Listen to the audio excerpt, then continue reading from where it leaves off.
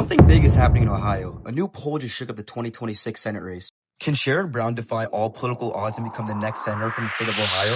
If you like election content, be sure to like, comment, and subscribe. Let's get into it. Emerson College actually just recently released a new poll showing that the race in the Ohio 2026 U.S. Special Senate election has been tightening really closely. So John Husted, the incumbent senator, is actually leading Sherrod Brown by 46%. However, that lead is actually in the margin of error, meaning that Sherrod Brown could actually come back and win his seat. Some more history into Sherrod Brown. He was the incumbent senator in the previous term, I believe from 2018 to 2024, where he lost re-election.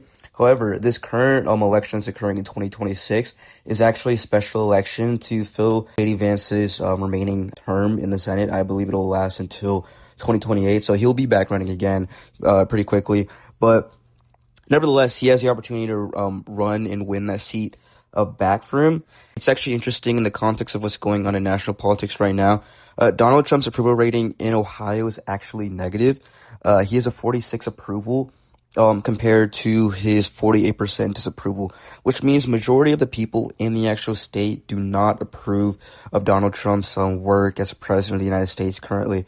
So this actually creates a weaker environment for Republicans because Donald Trump is at the top of the ticket. He's the top of mind right now. He kind of represents the Republican Party right now. So a lower approval rating in general is just going to be negative for all Republicans down ballot, specifically John Husted.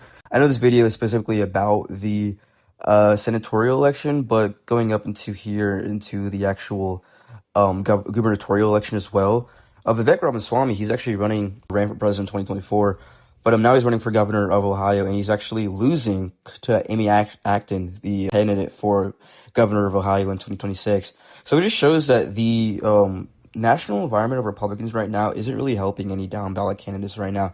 And Sherrod Brown is actually having a chance to come back in 2026 to regain a seat. I pulled up these results because 2018 is probably one of the closest environments we have to what 2026 could potentially look like. So back in 2018, Donald Trump had a high national unapproval rating, and the political climate really mattered a lot. And it's really not hard to say that Trump will be similarly unpopular in 2026 as well. So looking at the results on the screen, this is Sherrod Brown winning re-election with about 53% of the vote, beating his Republican opponent.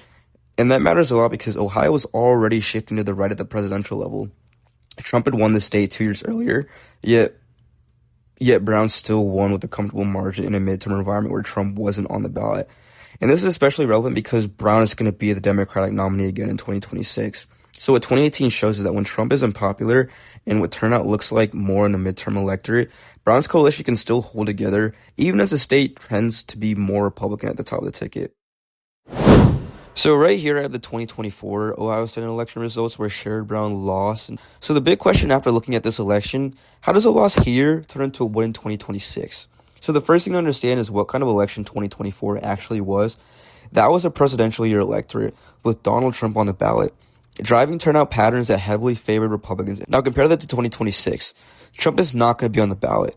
Turnout will drop, and the electorate shifts back to older, more consistent, and more persuadable voters. That distinction matters a lot because in 2024, even in a hostile environment, Sherrod Brown still held together much of his traditional coalition. Urban voters, union households, and crossover voters who were willing to split tickets. What changed actually wasn't Brown's ceiling, it was the size and composition of the electorate. And that's where 2026 comes in. If Trump's approval is weak again, and if the election becomes a referendum on his influence rather than a choice between presidential candidates, and if Democrats successfully nationalize the midterms around that whole dynamic, the environment starts to resemble 2018 far more than 2024.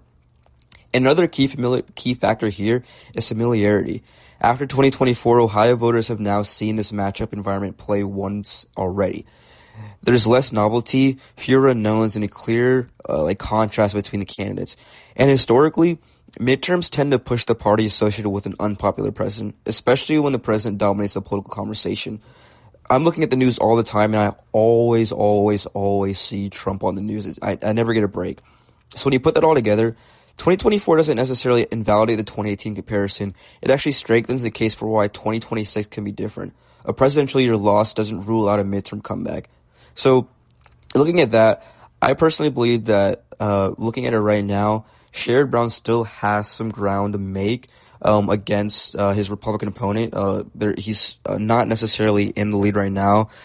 He's behind the candidate.